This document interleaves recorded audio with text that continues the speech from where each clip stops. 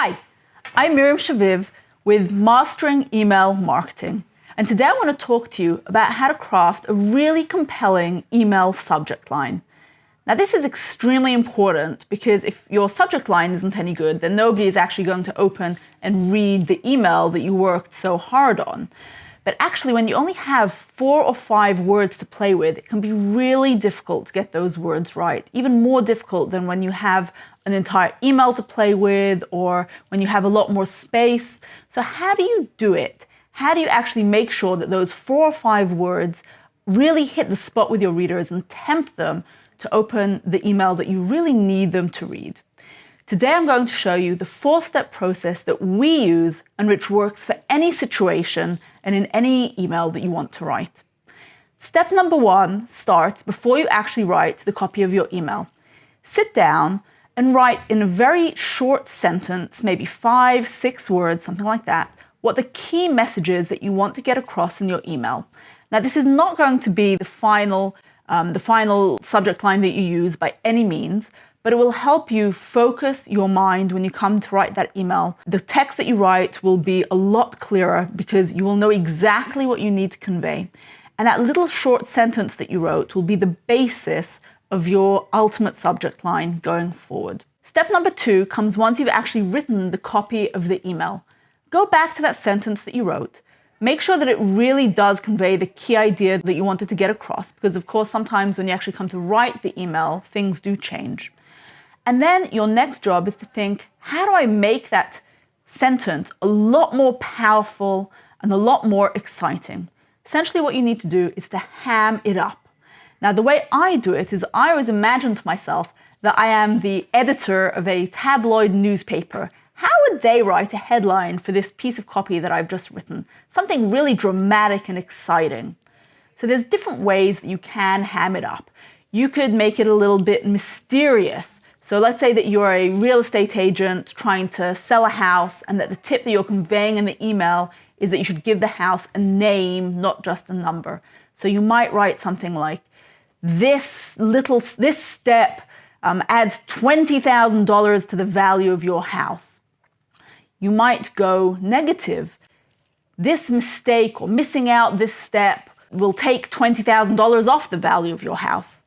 You might throw in a celebrity name. Taylor Swift's secret to selling her house. Now, just by the way, I have no idea whether Taylor Swift has named her house or not. Obviously, when you come to write your email, you will use a real example. But those are just some different ways that you can really make it a lot more dramatic. But that's not the end of the process. Once you've done that, you're now going to have quite a few different subject lines to play with. I want you to pick maybe 3 or 4 of the best ones, and then you need to essentially ham it up again. You need to make it even more dramatic. And that means taking the ones with the best ideas and looking at the individual words that you've written and thinking about how you can make them a lot more powerful. Can you insert more power words?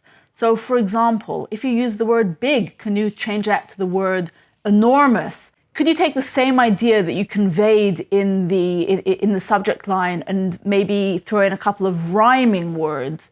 Could you make it an alliteration? Anything that really makes it sound more dramatic. Same idea, just 120%. Step 4, the very final step, is you actually need to pick 2 or 3 winners in order to A/B test them. This is where you want to look at your final choices and think, first of all, are there any that you think they sounded great initially, but actually they're really unsuitable? Maybe something in your previous experience has shown you that there are some words there that might turn people off, an idea that actually might not resonate as well as you thought. So are there any faux pas? You might try saying them aloud because you really need them to roll off the tongue easily. Say them aloud, say them in your head, and use your experience and your gut feeling to tell you, and of course any data that you have from previous emails, to basically take your best guess at which are the 2 or 3 likely winners, and then you want to test those. With this process in hand, you will have always a very, very powerful subject line that really stands out amongst a load of subject lines which are probably usually very lame and very tame, which is the last thing that you want to sound. And you will actually have people reading your email. Now, the good news is that if you would like to write your subject lines even faster and make them even more powerful, I have a way for you to do it really, really quickly and efficiently. Just check out our resource, How to Write High Converting Emails in 10 Minutes or Less. Everything you need to know is in there. It's a phenomenal tip and will help you with subject lines as well. I've put the link to grab your free resource down below. Just check the description. Enjoy it. And in the meanwhile, I'll see you back here next week with another edition of Mastering Email Marketing. Have a great day.